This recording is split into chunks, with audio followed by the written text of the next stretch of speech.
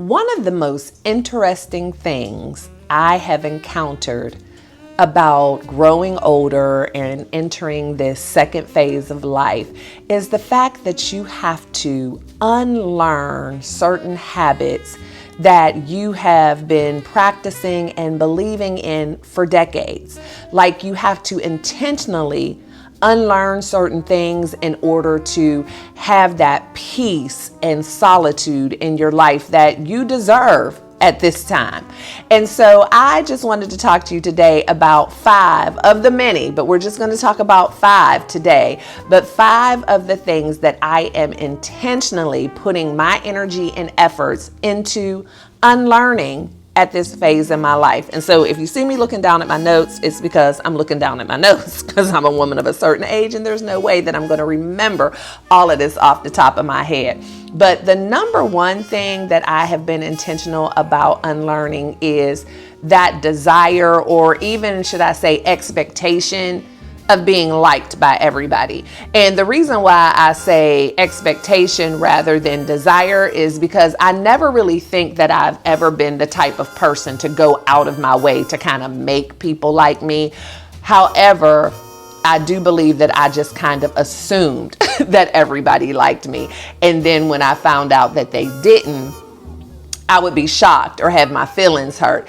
And that is no longer the way I think.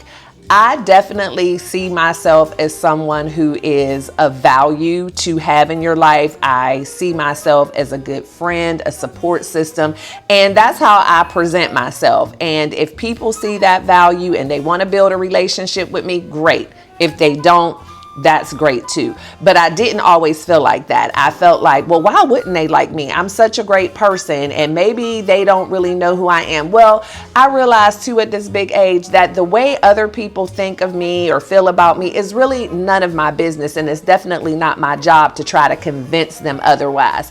They're going to feel the way they're going to feel, and that's fine because everybody isn't for everybody, including me. In that same vein, I also have unlearned that FOMO feeling, that fear of missing out when I'm not invited to every single event, every single engagement. I don't have a desire anymore to be on everyone's guest list. And when I'm not on a particular guest list, I really don't feel any way about it. Another thing about being this age is we usually don't want to go anyway. And so it's not that big of a deal to me. Like, it's really, really easy for me to stay home. But it's something I had to unlearn because I did used to feel as though if I wasn't invited to everything, then that meant I wasn't relevant or I wasn't top of mind for people or certain people, where I would just assume that I would be invited and they didn't. Then I would think, oh, well, what's their problem? Why don't they like me? Now, when I tell you, it is not even a concern of mine anymore. It really isn't. I can see the pictures on Facebook. I can be in the company of other people who are talking about it. Or sometimes when people ask you that awkward question like, oh, you're going to be at Susie such and such, aren't you? I have no problem saying, nope, I wasn't invited. And I don't feel any way about it. I also don't have a problem with declining certain invitations if it's not going to fit with my schedule, or if I just don't feel like going, and I can decline it and I don't feel the need to give a reason or an excuse. It's just a blanket no, or no thank you, or not this time. And I don't feel any way about it. But there was a time when that would make me feel awkward. I felt as though if someone took their time out and thought enough of me to invite me, then I need to go. And if I can't go, I need to have a really good reason why I can't go. And I need to explain to them what that reason is. And I don't do that anymore, but it was definitely a process. There were times when I would be about to do that and I would kind of have to stop myself. And the thing is, most people really aren't interested in why you can't come. They just want to know, will you be there or will you not be there, so I can plan accordingly. I was talking to a friend of mine a couple of months ago who had a birthday, and she was telling me a story about this same exact thing. She said she had put out the invitation, and then she got a call from someone letting her know, oh, I won't be able to make it. And she's just like, oh, okay. And then the person said, well, don't you want to know why? And she's like, well, not really. Like, I assume that you just can't make it. Something else must be going on. If you wanted me to know, then I also assumed you would just tell me. But if you didn't offer the information, I'm not going to pry. And that is the case. Like, if you can't come, you can't come. And I think we put a lot more weight on that. And a part of that, too, is because we have the tendency to believe that we are way more important than we really are. And I'm not saying that in a bad way, because we are very important to a lot of people, I'm sure. But then there's other people where we're just like, I could take you or leave you. Like, you cool, but you know, the world's not going to fall apart if you can't make it. And sometimes we just have this thought that like, oh my gosh, they're really dependent on me. They're going to be so heartbroken, when really they're just like, hey, it would be nice if you could be there, but if you can't, that's okay too. And so I had to unlearn that, and I'm really good with that. And it's given me a lot of just peace. And, you know, I'm not worried about it. I really just don't worry about it. I am down for whoever is down for me, and whoever is willing to accept me how I am, and they're not going to be upset if I can't show up. Like, that's what I'm looking for, which leads me to number 2. The second thing that I had to unlearn is the fact that I do not have to continue to entertain relationships just because. I don't care if I've been friends with someone for 20 years. If what we have going on in life and our personalities no longer align, I no longer feel obligated just to continue that relationship because that's what we've always done. I am no longer feeling like I need to give energy to anything that does not serve me and create positivity in my life. I don't feel a need to have to continue to explain myself to people and always have to prove my love for people and my loyalty to people.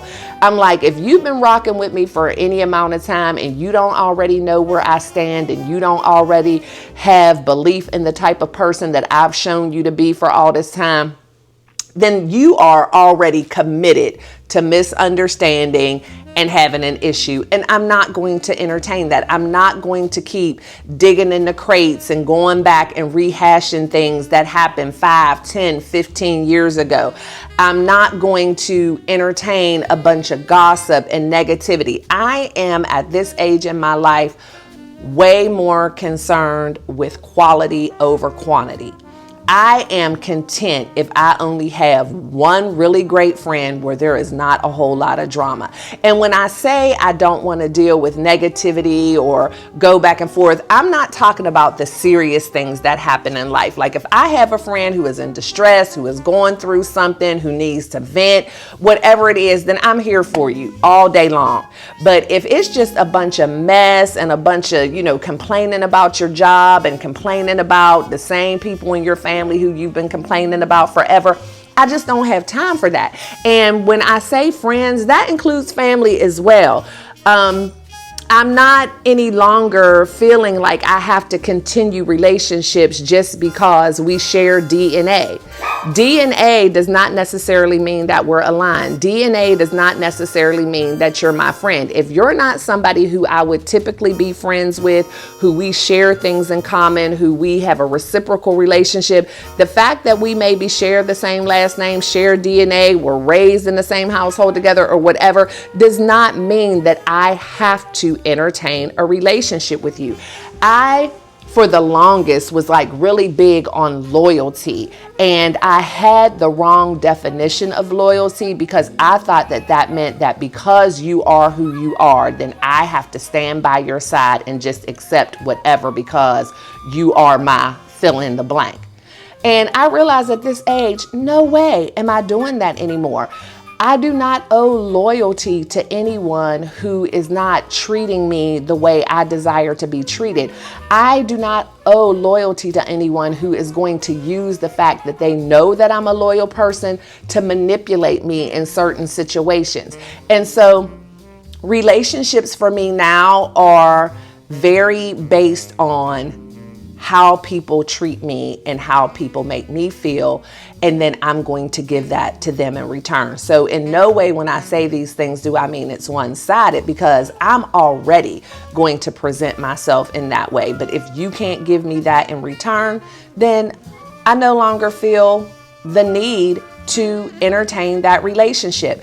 And when I say that, it doesn't necessarily mean that I'm going to cut people completely off, but it means I know how to compartmentalize people. Everybody is not my friend. Everybody is not my confidant. There are certain people who, we might deal with each other as far as business, and that's cool. There's certain people like, yes, we're family members. If you need me, you can reach out, but I don't have to talk to you every single day. I don't have to talk to you every single week. There's other people where, we have some things in common, and so we might hang out, we might go to a play, but you're not really the person who I'm going to share my problems with or my hopes and dreams. And so compartmentalization has been a huge game changer for me as I've gotten older, realizing that people belong in different buckets, and that's okay. Because I think when things get confusing and the waters get muddy is when you're considering everybody your friend, or when you have the mindset that just because they're family, that means you need to have this relationship with them. When I learned the skill of compartmentalizing, it really helped me to navigate my relationships a whole lot better. I think we're on number 3. Let's see. Yes, number 3. I've unlearned the habit of putting myself on the back burner / thinking that self-care meant spa days and luxury items. I realize now that putting myself first is not selfish, it's necessary, and that I don't win any prize for wearing myself out, putting my needs last to say that I'm there for everyone else. Because the truth of the matter is, when you're not putting yourself first, then you're really not putting those who you care about first either. Because when you neglect yourself, then that means those that you love and you're caring about, and these people who you have been putting ahead of your needs, have not been getting the best of you. And so I realized that when I am able to take my time to practice real self-care, then I'm able to show up better for those who I love. And realizing that also made me realize that self-care is a daily thing. Self-care is not just that once a quarter spa day or that twice a year luxury shopping spree. No, self-care is that quiet 15 minutes that you take every morning just to meditate and become one with your thoughts, or read your devotional, or write in your journal. Self-care is taking that long bubble bath at the end of a hard day, lighting your candles. Self-care is using the good stuff whenever you feel like it and not waiting for a special occasion. Self-care is doing all those things that I talked about in number 1 and number 2. Not feeling like you have to be liked by everyone, not being a people pleaser, not always bending yourself over backwards to please everybody else and burning the candle at both ends. Self-care is being in touch with your mental health, which means having a therapist, practicing whatever it is you need to keep you grounded in your spirituality. I've learned that doing those things are so much beneficial, not only to me, but those around me. For years and years and years, I think a lot of us were conditioned to think that whenever you put yourself first, or whenever you tell someone no, or whenever you decide to choose you, you are being selfish and you didn't really care for people. And the only way to show that you cared for people was to constantly sacrifice your well-being, your mental health, and eventually your physical health. And that's just not true. It's so much more beneficial for all parties involved when you learn the true meaning of self-care and living your life, LYFE, love yourself first, explicitly. And I know we have all heard the example a million times about when the oxygen mask drops from the airplane to secure it on yourself first, but there really couldn't be any more real lesson about that, because it's like, yeah, if you're not taking care of yourself, if you're not putting yourself first, then you are going to get to the point where you cannot be good for anyone else either. And especially for us women, I just think that for some reason we wore that as a badge of honor for the first half of our lives, where I just do everything for everyone and I'm just there, I just this selfless being, when really you are wearing yourself out. And so, yeah, I've had to unlearn that. It is okay to put myself first. It is okay to be selfish every once in a while. And it's really going to benefit me and those around me. So let's see, what's our next one? Oh, number 3 gets to the style part of our channel, and that is unlearning dressing for trends instead of dressing for myself. I love clothes. I love fashion. I like to look nice. However, at this stage in my life, I realize that does not necessarily mean stilettos. That does not necessarily mean buying everything that seems to be in style right now. I do not have to keep up with the trends. I have realized at this big age that I have my own style, and whether anybody else thinks it looks good really does not matter to me, and it's really not any of my business, because rarely are you going to hear me out here asking people their opinions of what I have on. I am no longer wearing anything that does not make me feel comfortable all day long. Long are the days in trying to fit into jeans where I got to be jumping up and down and laying on the bed to zip them up. And then at the end of the night, I take them off and my waist is itching because my circulation has been cut off all day.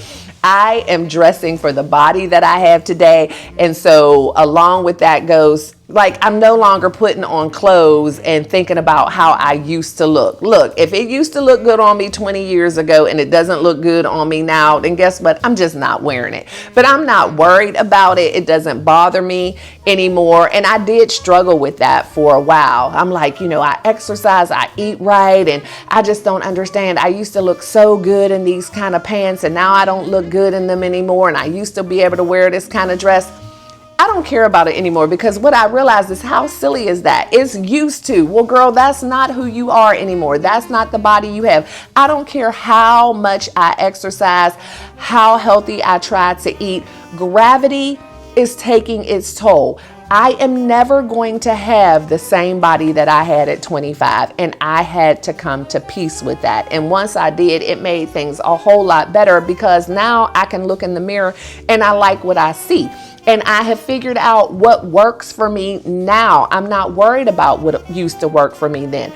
I also realized that I have to dress for my body temperature. Like, I'm not going out here wearing stuff where I'm going to be way too hot. And if I can't pull a layer off, then I'm probably not wearing that, because I have my own personal summers and my body feels at times like I am about to spontaneously combust. And who wants to be in a long sleeve turtleneck jumpsuit when at any moment they may feel like they need to strip naked? So I'm always going to be layered. I'm always going to be comfortable. And I truly believe that my stiletto high heel days are just about over. I was talking with a friend about that the other day as well. And it's okay. It's okay. Stilettos had their time, but you know what? These knees are not the same knees from when I first started wearing those high heels. And I am no longer going to sacrifice my comfort to look cute. That's just no longer important to me. As much as I love clothes, it still needs to be comfortable. It needs to make sense. And I'm okay with that.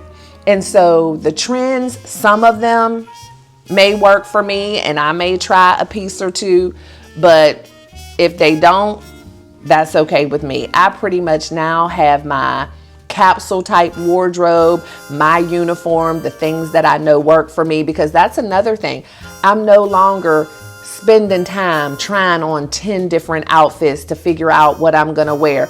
I know what I'm gonna wear. I have certain pieces. I mix and match. I'm not worried anymore about repeating outfits. Look, y'all might see the same outfit twice in 1 week. And I was the person that back in the day, oh my goodness, I would constantly buy and buy and buy and buy just because I didn't want to repeat an outfit. There was 1 year for church where I didn't wear the same outfit on a Sunday for an entire year. I look back on that now and that is ridiculous. What was the point? Like, if I like the stuff, like, I need to wear my clothes, wasted so much money. And I still buy items, but everything I buy now is able to mix and match. It's interchangeable. It fits my aesthetic. Like I said, I practically have a uniform. It's going to be a blazer, a blouse, some slacks, some wide leg jeans, rinse and repeat. That's what we're doing. And it's getting your cost per wear out of your items. It is wearing your items and not spending a whole lot of money trying to impress people who don't even really care anyway. Getting back to the thing that we think we're way more important than we really are. And number 5 is unlearning apologizing for things that I have no control over.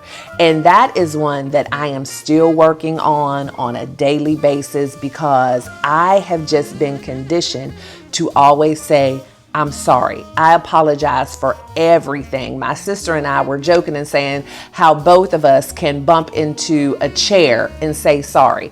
Apologies to me are very special and strong. And when you give an apology, you need to mean it. It needs to be genuine. It shouldn't be like the 2-year-old who, hits his sister and you're like, say sorry, sorry.